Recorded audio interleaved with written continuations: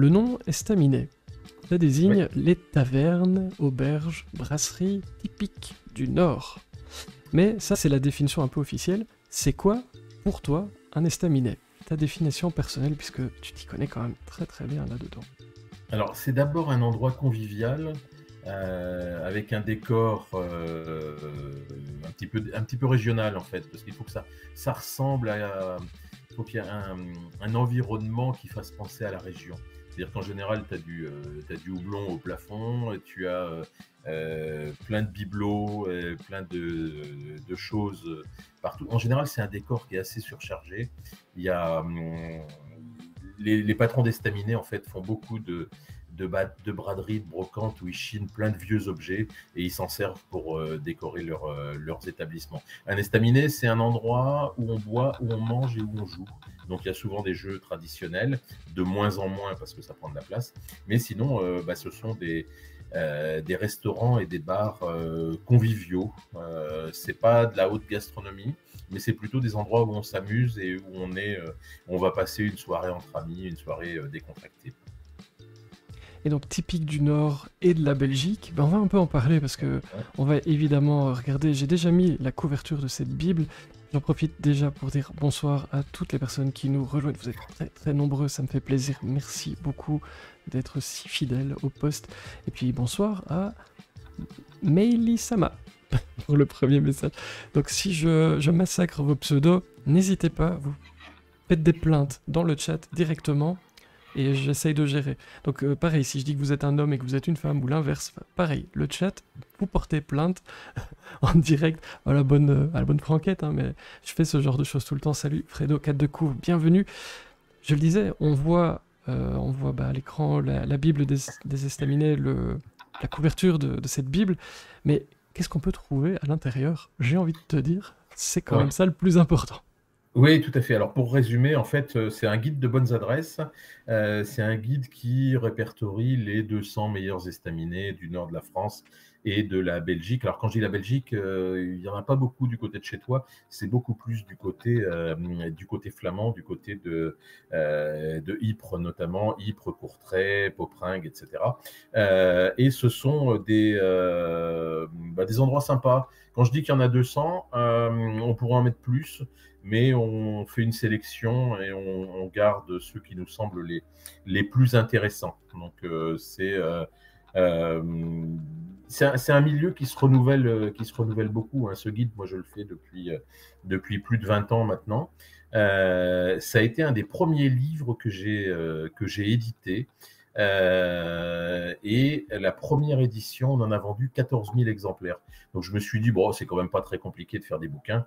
Et c'est comme ça que je suis devenu éditeur. Et depuis 20 ans, j'ai jamais réussi à refaire un score comme celui-là, c'est-à-dire à vendre un bouquin à 14 000 exemplaires. Je stagne plutôt aux alentours de 4-5 000. Et donc, c'était vraiment la chance du débutant à l'époque. Mais bon, je ne regrette pas parce qu'en fait, ça m'a fait découvrir plein d'endroits. Ça m'a fait prendre 1 kilo par an depuis 20 ans hein, parce que il faut les tester, ces estaminets. Il faut goûter, quoi. Donc, forcément, il y a des conséquences sur le poids, sur le physique. Et pas faux, parce qu'il faut tester. Mais on va en parler, tout ça, parce que ça fait partie des questions. Tu me disais, oh, je ne sais pas s'il y aura beaucoup de questions. En fait, si, on pourrait faire vraiment quasi toute l'émission là-dessus. Après, on est habitués, nous, les cafés, les tavernes, les auberges. Donc, il y a déjà une question, mais on disait, les jeux chez nous, ça se perd un peu. Et c'est vrai qu'en Flandre, on trouve pas mal de jeux en bois, etc. dans les établissements. C'est quelque chose qui se perd un petit peu, les jeux, à l'heure actuelle? Oui, ça se perd parce qu'en fait, tout simplement, les gens sont pas très respectueux vis-à-vis des jeux. C'est quelque chose d'assez fragile. Et en général, les clients, dans l'euphorie de la soirée après quelques bières, on a tendance à être peut-être un peu brutal et donc à casser des pièces. Ou même, il y en a certains qui ont le même jeu chez eux et puis il leur manque des pièces, donc ils repartent avec la moitié des pièces du jeu de l'estaminet. Donc forcément, après, il faut en racheter. C'est un peu compliqué. Et puis, il y a un problème économique, en fait, c'est que les jeux, il faut de la place. En général, ça occupe des tables entières. Et la plupart des patrons d'estaminets maintenant ont tendance à les mettre dans un placard et puis il faut demander pour qu'ils les sortent. Mais sinon, on les a plus sur les tables à disposition, comme c'était le cas il y a une vingtaine d'années. Donc, ils ont un petit peu victime de leur succès. Il y a de moins en moins d'endroits où on en trouve en accès libre. Eh ben dis donc, salut David, Ouais. salut Christophe, salut tout le monde, salut Oli Oli. On parlait de toi justement tout à l'heure. On va en reparler de Templemar. Voilà. J'ai un procédé mnémotechnique pour que tu puisses Ah non, maintenant ça va, hein. prononcer comme il faut. Ça n'arrivera plus jamais, plus jamais. Le- Vous pouvez de le nouveau premier- m'inviter. Le premier slogan de Templemar, les premières années, donc il y a plus de 15 ans, c'était Templemar, le temple du polar. Donc tu vois, il faut que ça rime en fait. Donc c'est plus la D'accord, peine de dire Temple-Mars, ça ne marcherait pas. ça ne marcherait pas du tout. Sur les estaminets, donc la Bible que tu sors, elle en sélectionne 200. Et donc la question toute classique, c'est est-ce qu'il y a des critères? Comment est-ce qu'on choisit les 200 qui vont apparaître? Est-ce que c'est pas trop compliqué? Et alors, question subsidiaire, mais c'est la même, est-ce que vous faites comme le guide rouge que vous connaissez si bien en France? Est-ce que tu t'y rends avec une fausse barbe et un chapeau? Est-ce que tu as des espions? Bref, sur quels critères tu les sélectionnes et puis comment ça se passe? Les gens sont très très curieux de savoir comment tu opères. Ouais, en fait, ça se passe tout simplement, hein. Je vais manger dans un estaminet. En général, je me fais pas connaître, je me cache pas. Le problème, c'est que bon, comme ça fait 20 ans que je fais ça, de temps en temps, il suffit que je rentre dans un établissement et que les gens me disent: «Ah, mais c'est sympa d'être venu, justement, on allait vous appeler pour que vous parliez de nous dans votre bouquin». Donc là, l'anonymat, il est pas très, il reste pas longtemps. Mais moi, ce que je prends comme critère, c'est bon, d'un côté, il y a la cuisine, mais pas que ça. Il y a la bière, il y a les jeux, il y a le décor, l'ambiance, le prix. La convivialité aussi, l'accueil, c'est hyper important. Parce il suffit pas d'avoir un bel établissement avec une belle déco pour que ça soit un bon estaminet. Il faut aussi que la personne qui est derrière le comptoir soit accueillante, soit sympa et soit capable d'animer l'endroit et de donner envie aux gens de s'y sentir bien. En fait, faut qu'on se sente bien dans un estaminet, c'est hyper important. C'est pas faux. Il faut être bien. J'espère que un jour il y aurait les chaînes où on se sent bien. Où vous êtes là, ça prouve qu'on se sent bien ici. Je suis content. Est-ce que tu as un petit macaron sur les portes des estaminets qui sont repris dans la On Bible ou pas a, spécialement? ouais, cette année, on a fait une plaque à mettre sur la porte des estaminets, comme fait, il y a le guide Michelin fait ça aussi, il y a le Petit Futé et puis le guide du routard qui font ce genre de choses également. On a démarré ça il y a quelques mois, donc vous devriez les voir apparaître petit à petit en façade de la plupart des estaminets qui sont sélectionnés dans le bouquin. Et Fanny demande, est-ce que les critères en France sont les mêmes que ceux en Belgique? Bah oui, il n'y a pas de raison, hein. Je sais bien que la Belgique est un pays étranger, mais non, ils sont comme nous. Ils sont comme... Mais je me disais, quand tu dois un peu regarder l'ambiance, etc., tu peux te contenter de un coup d'œil, d'y aller une fois, ou alors il faut y aller plusieurs fois pour se rendre compte peut-être que voilà, un soir t'es tombé, il y avait une bonne ambiance et en fait pas du tout le reste Ouais, du temps, et etc. ça Ou arrive, hein. l'inverse d'ailleurs. Est-ce que tu dois y Ouais. aller plusieurs fois? Comment ça se passe au niveau des Alors, recherches? il y en a certains que je connais depuis 20 ans, qui étaient là déjà quand j'ai démarré ce guide. Donc, ceux-là, je vais faire plus une visite de courtoisie pour vérifier si ça n'a pas trop changé, si c'est toujours comme avant. Et sinon, je me concentre, moi, sur les nouveaux estaminets. Je perds beaucoup de temps, en fait, à visiter des établissements qui ne sont pas des estaminets, mais qui s'appellent quand même estaminets. Parce qu'en fait, on va dire que mettre le nom estaminet sur la porte, en fait, c'est un petit peu une garantie de succès. Il y en a certains qui l'ont compris. Et en fait, il y a juste le nom qui correspond et le reste n'a rien à voir. Donc, mais je suis quand même obligé d'aller vérifier ces endroits-là, voir s'ils sont comme ce que je cherche. Sinon, Non, chaque année, j'ai de belles surprises, de belles découvertes. C'est ça qui est sympa. Il y a tout le temps des nouveaux établissements. Et puis surtout, comme ça fait 20 ans que je fais ce bouquin, il y a des gens aujourd'hui qui ouvrent des estaminets qui en fait étaient des lecteurs de mon guide ces dernières années. Et donc, en gros, le travail que j'ai fait les a inspirés, leur a donné envie d'ouvrir leur propre establishment. Et ça, c'est sympa. Ça permet de se dire qu'on bosse pas qu'on se bosse pas pour rien. Là, cette semaine, il y a un monsieur qui m'a appelé. Il veut changer de vie. En fait, il est commercial dans le bâtiment, je crois, et il veut ouvrir un estaminet. Il m'a appelé pour me demander des conseils, des tuyaux, etc. Donc, je me retrouve expert en estaminet, voilà, entre autres. Oui, parce que ça fait quelques années quand même que tu fais ça, donc tu deviens le Philippe Etchebest des estaminets. Oui, et puis le nom du guide, en fait, c'est la Bible des estaminets. C'est un surnom qu'on m'avait donné il y a quelques années. En fait, les gens, plutôt que d'acheter le bouquin, en fait, ceux qui me connaissaient me passaient un coup de fil ou m'envoyaient un SMS en me disant demain je vais dans telle ville, qu'est-ce qu'il y a comme estaminet là-bas, quoi. Donc et on disait on lui demande à lui parce que c'est la Bible des estaminets. Voilà, c'est comme ça que le titre est venu. C'est un travail sur combien de temps? On me glisse dans l'oreillette si tu... après, parce que je suis pas chez toi. Est-ce que la table bouge? Est-ce que l'écran bouge? Ah oui. C'est vrai que j'ai tendance à m'appuyer. Voilà. Alors, je ne touche plus à la table. À l'avis général, il ne faut plus s'appuyer. Moi, je vais aussi arrêter d'ailleurs. Par solidarité, tu vois. Oui, parce que je suis gentil. Je disais, combien de temps il faut pour faire les recherches? Tu disais, parfois tu es sollicité, parfois tu entends parler, tu vas voir. Combien de temps pour le sortir? En fait, si tu veux, il n'y a pas de temps, parce que c'est un truc pendant toute l'année, en fait. Quand je fais un déplacement du côté de Calais, Boulogne-sur-Mer, et que je dois manger quelque part, je regarde s'il n'y a pas un estaminet à tester dans le secteur. C'est un peu comme ça, hein. Même si je ne sors pas de nouvelle édition du guide avant un an, je continue quand même d'aller voir et puis de faire une veille, comme on dit, c'est-à-dire une veille qui consiste à aller manger. Et ça sort chaque année? Ou alors il y a quand même... Non. Au début, on en faisait un tous les 3 ans. Je dis on parce qu'au départ, j'avais un co-auteur qui faisait la partie belge.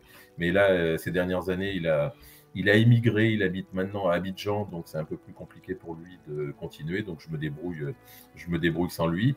On le sortait tous les 3 ans. Et puis on s'est rendu compte en fait qu'il y avait quand même beaucoup de changements. Ça changeait très vite. Et le guide était vite périmé. Donc maintenant, il sort tous les 2 ans. Là, en ce moment, en librairie, vous avez l'édition 2022-2023. Alors, tu parles de... Tu vois, il y a des solutions à tous les problèmes.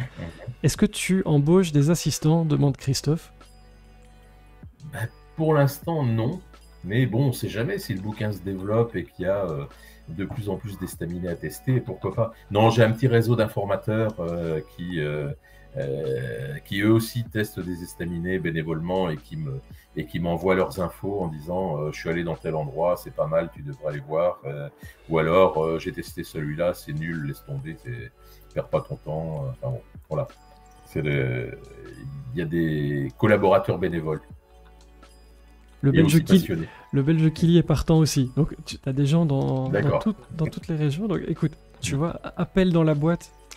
Vous pouvez contacter Gilles et on verra si vous ferez partie des informateurs ou pas. Est-ce que tu veux rajouter quelque chose sur ce livre qui est très spécifique, mais vous le savez, ici, on parle de plein de styles de livres différents. Oui, en fait, c'est un guide en fait, avec plein d'infos pratiques et puis une fiche pour chaque estaminet.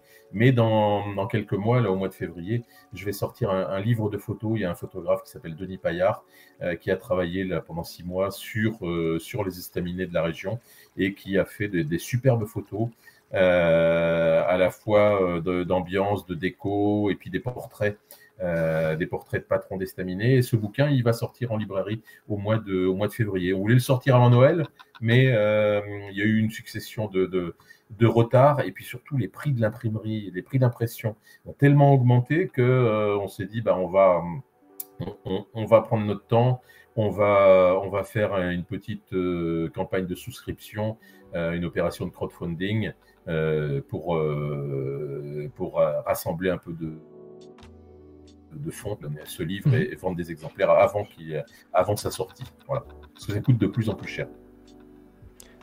Ok, ben écoute, tu parlais aussi de ce projet qui t'a fait devenir éditeur avec un très gros succès. Et alors c'est marrant parce que j'étais évidemment sur ton site et j'ai mis petit éditeur nordiste. Moi ça me fait beaucoup rire. Ah ben oui, parce qu'en fait... Et tu ajoutes, attends, on va compléter, tu ajoutes régional et régionaliste et fier de l'être.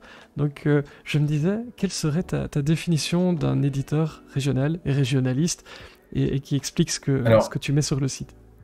Oui. Alors, en fait, moi, je suis un éditeur régional et régionaliste parce que je fais des livres pour la région et sur la région.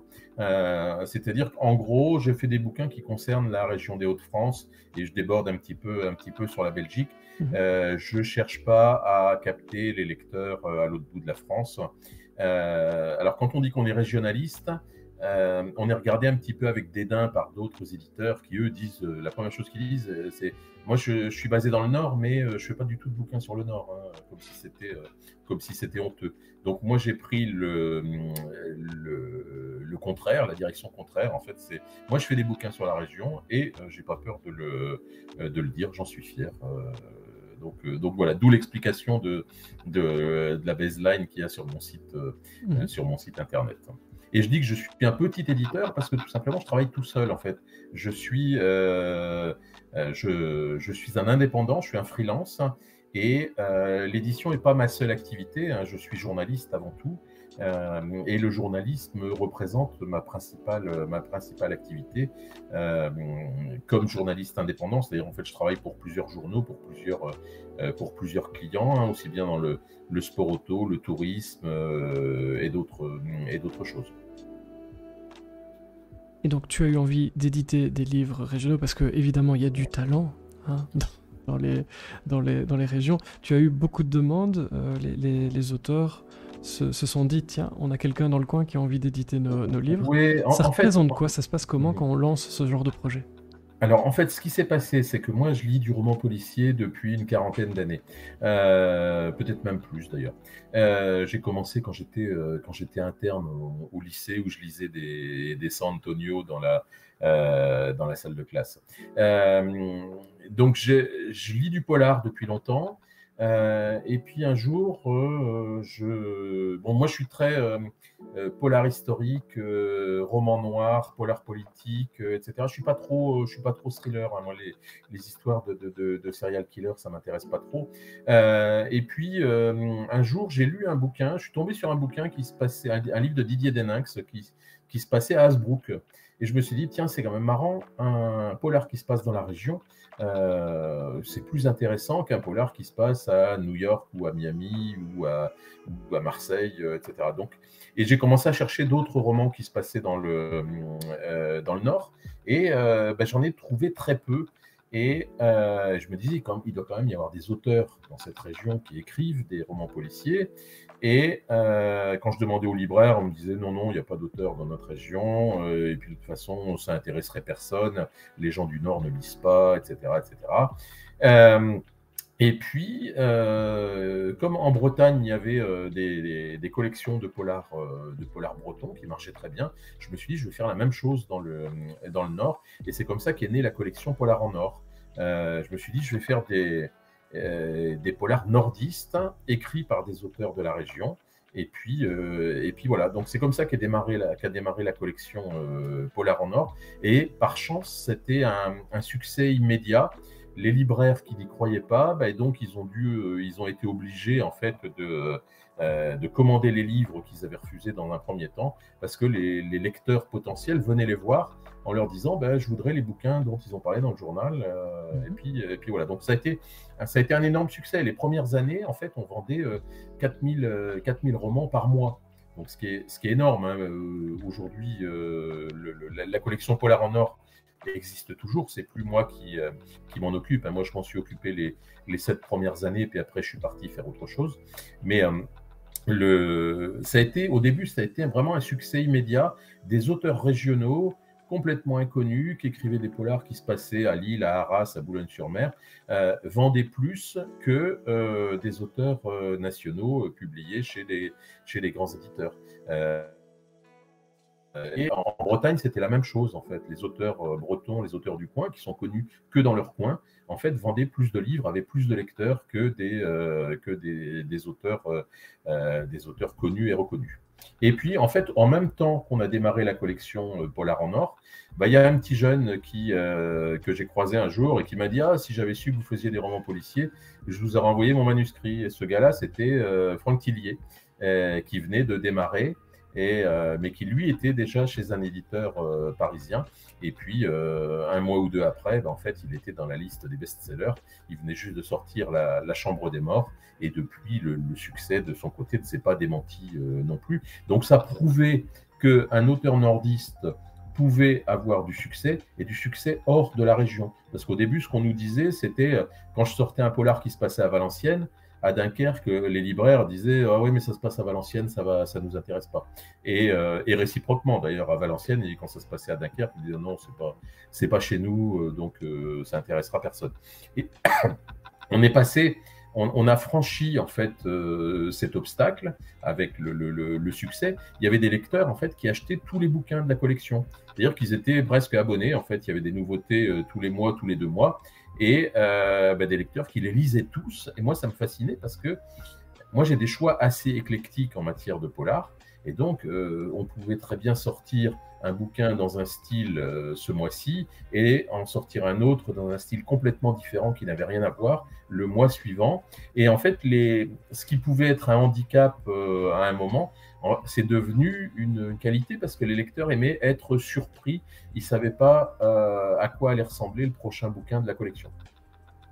Et donc, le public répond présent, les libraires sont peut-être plus frileux, parfois répondent présent, parfois pas. Est-ce qu'il y a une tendance pour l'instant avec les livres régionaux? Parce que j'ai eu l'impression que ça a changé un tout petit peu dans les derniers temps. En fait, oui, ça a changé. Bon, le succès de Polar en or a fait que d'autres éditeurs se sont lancés dans la région et se sont mis à faire du roman policier. Donc, avant, il n'y en avait pas du tout. Maintenant, il y a une demi-douzaine d'éditeurs qui en font. Tout à l'heure, tu as montré un bouquin de Faute de frappe. Faute de frappe, c'est un des éditeurs nordistes qui fait du roman policier. Ce qui a changé surtout ces dernières années, en fait, il y a une grosse crise qui est arrivée en même temps que le Covid. C'est-à-dire que la période pendant laquelle les librairies ont été fermées, les libraires en ont profité pour faire du tri. C'est-à-dire qu'ils ont viré de leur magasin tout ce qui ne leur semblait pas nécessaire, tout ce qui ne semblait pas essentiel. Et donc, dans ce qui n'est pas essentiel, il y a les petites maisons d'édition, il y a les éditeurs régionaux, il y a les auteurs régionaux, etc., etc. Donc, ce qui fait que pendant le Covid, non seulement on ne vendait rien, mais en plus, on avait plein de retours. C'est-à-dire que les libraires renvoyaient les bouquins qu'ils avaient en stock. On s'est dit, bon, quand ça sera fini, ça va redémarrer, ils vont commander des livres. Et en fait, pas du tout. Depuis 2 ans, en fait, il y a très peu le volume de commandes pour les petites maisons d'édition et les éditions spécialisées a chuté d'une façon impressionnante. Moi, je pensais au départ que c'était cantonné au nord de la France. Et puis, en fait, il y a quelques mois, il y a les éditions Gigal qui ont mis la clé sous la porte, après 30 ans d'existence. Ils ont mis la clé sous la porte parce que, tout simplement, ils n'arrivaient plus à placer leurs livres en librairie. Quand vous sortez une nouveauté et qu'au niveau régional, en fait, une nouveauté, il y a 10 ans, la mise en place en librairie, les premiers mois, c'était 150, 200 exemplaires, donc à la sortie du livre. Aujourd'hui, vous sortez une nouveauté, si vous réussissez à mettre 30 exemplaires en magasin, c'est déjà pas mal. et 30 exemplaires répartis sur 15-20 points de vente. C'est-à-dire qu'il y a des points Juste de une vente qui question, ne prennent Gilles, qu'un exemplaire. tu vois quand même une différence entre la partie roman et la partie livre terroir, un peu comme finalement la Bible des Estaminets. Est-ce que Voilà. c'est Alors, la la même Bible des chose pour les Estaminets, romans et pour des romans comme, ouais, comme ça celui-là? concerne surtout les romans, hein, Surtout les romans, oui, ok. cette baisse des ventes, enfin cette baisse des commandes. C'est pas une baisse des ventes, c'est une baisse des commandes. C'est-à-dire que les libraires disent qu'ils n'ont plus la place pour les prendre en librairie et ils en prennent seulement s'il y a quelqu'un qui demande. C'est-à-dire que je vais à la librairie à côté de chez moi, je dis je voudrais le dernier roman de Frédéric Ernotte. On me dit bah non, on ne l'a pas. Je dis vous pouvez me le commander. Puis voilà. Et donc ils vont en commander un. Et oui, je sais, ouais, c'est terrible. Mais c'est comme ça pour tous les auteurs du coin. C'est malheureux à dire, mais ça fait quand même chuter l'activité des petites maisons d'édition. Aujourd'hui, moi, je me demande franchement si je vais continuer à éditer du roman policier. Je vais me concentrer sur les livres comme la Bible des Estaminets. La Bible des Estaminets, il n'y a pas de problème. Les libraires attendent après et me le réclament alors qu'il n'est même pas encore sorti. Donc là, il est présent en librairie automatiquement sans qu'il y ait vraiment beaucoup d'efforts à faire. Mais pour les romans, ça devient vraiment très très compliqué. Je dis, les petites maisons d'édition n'ont plus de place dans les rayonnages de pas mal de libraires. Et puis on en profite pour quand même dire bonjour, parce qu'il n'y a pas que des mauvaises nouvelles. Bonjour à Edas, bienvenue, salut Clarence qui nous a rejoint aussi. Et puis tellement d'autres. Et Cody Woody nous dit les métiers du livre souffrent en ce moment. Il sait de quoi il parle, effectivement. Il reste 5 minutes. Je te propose de parler d'autre chose qui est très très important pour toi. On peut parler de Templemar. On peut parler de Templemar, évidemment. Tu organises ce salon. Et j'ai envie de dire, comment le présenterais-tu en quelques mots à quelqu'un qui n'y a jamais mis les pieds? Heureusement, c'est pas mon cas. Mais alors, voilà, pour les gens qui ne connaissent pas. La première chose que je veux dire, en fait, c'est que je ne suis pas l'organisateur de Templemar, en fait. C'est la mairie qui organise. Moi, je suis chargé de la partie auteur et de la partie communication, ce qui fait que je me retrouve toujours devant, en fait, et on voit, c'est surtout moi qu'on voit. C'est une équipe. Mais sinon, voilà, c'est une équipe. Il y a la mairie, il y a la médiathèque, etc. Il y a une petite équipe, il y a un comité de lecture, etc. Templemar, c'est un des plus vieux salons nordistes. Le plus vieux, c'est le salon de Lens, qui est en même temps le plus important, qui existe depuis plus d'une vingtaine d'années. Et Templemar, alors pour ceux qui ne connaissent pas, Templemar, c'est une commune de la banlieue sud de Lille, de la périphérie lilloise. Ce salon a démarré il y a 15 ans, avec au départ un objectif qui était de permettre aux auteurs de la région de participer à une manifestation spécialisée, parce qu'à l'époque, il n'y avait pas la possibilité. Dans la région, il y avait juste Lens, et puis il y avait un autre salon à Aniche, qui était organisé par Roger Facon, qui n'existe plus. Mais par exemple, à Lens, il n'avait pas la possibilité de participer, c'était réservé aux auteurs nationaux. Donc, comme ils ne pouvaient pas non plus aller dans d'autres régions se faire inviter, parce que on leur disait non, on est un auteur du Nord, on s'en fout, ça ne nous intéresse pas. Et donc, en fait, on a créé un salon. Enfin, la mairie de Templemar a créé un salon avec un auteur qui s'appelle Jean-Marc Demetz. Ils ont créé ce salon pour permettre aux auteurs nordistes de rencontrer leurs lecteurs dans une manifestation spécialisée 100% polar. Templemar a gardé cette spécificité. Aujourd'hui encore, il y a 50% des auteurs qui sont des auteurs nordistes, et ça, on y tient. Il y a pas mal d'autres salons dans la région, mais qui, eux, n'ont pas repris du tout ce côté-là. Il y a des salons dans le Nord. Il y a beaucoup de salons du polar dans le Nord-Pas-de-Calais. Cette année, il y en a eu 9 en tout sur toute l'année. Donc, ce qui est beaucoup par rapport à d'autres régions. Mais Templemar, Dainville et puis maintenant Berck sont les 3 salons en fait qui réservent le plus de place possible pour les auteurs nordistes. C'est pas qu'on soit chauvin, mais c'est tout simplement que on est dans une région où il y a énormément d'auteurs de romans policiers, et il faut que ces auteurs ils puissent s'exprimer et puissent rencontrer leurs lecteurs. Voilà, c'est pourquoi on leur garde des places. Donc ça, c'est la spécificité de Templemar.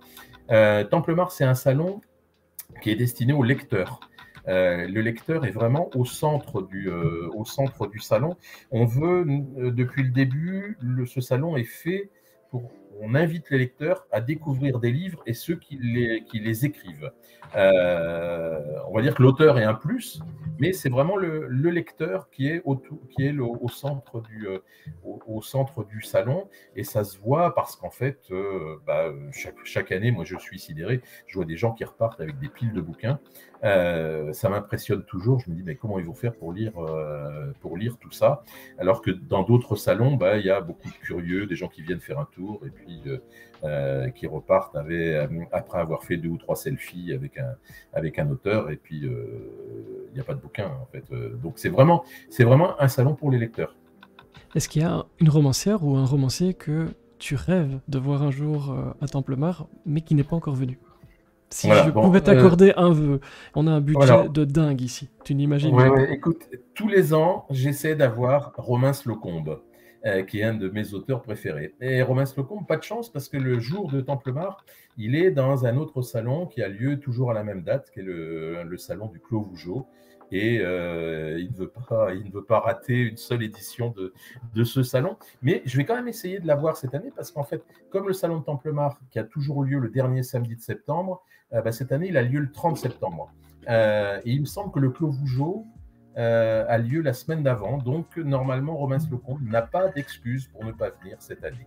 Romain, si tu nous écoutes ce soir, le message est lancé, mais oui, évidemment. Et Thibaut nous dit que vous donnez, cher monsieur Gilles Guillaume, très envie de découvrir ce salon. Super auteur Romain Slocombe. Eh bien, j'espère qu'il nous entendra et que tu auras de bonnes nouvelles. Malheureusement, le temps file, cher ami, et très franchement, je l'avais dit, on pourrait parler très très longtemps. Tu seras obligé de revenir. Qu'est-ce que tu veux que je te dise? Mais avec plaisir. Avant de refermer le couvercle de ta boîte, est-ce que tu as, j'imagine, un petit mot de la fin? Je vais te le laisser avec grand plaisir pour clôturer ton passage, ce premier passage parmi nous. Voilà. En fait, on n'a pas eu le temps de parler de coiffure, comme ça c'est sûr. Prévu initialement, parce que toi, moi et René, on a le même coiffeur, visiblement, quelqu'un qui coupe très court. Non, c'était sympa, comme ma première expérience sur Twitch, tu vois, c'était sympa.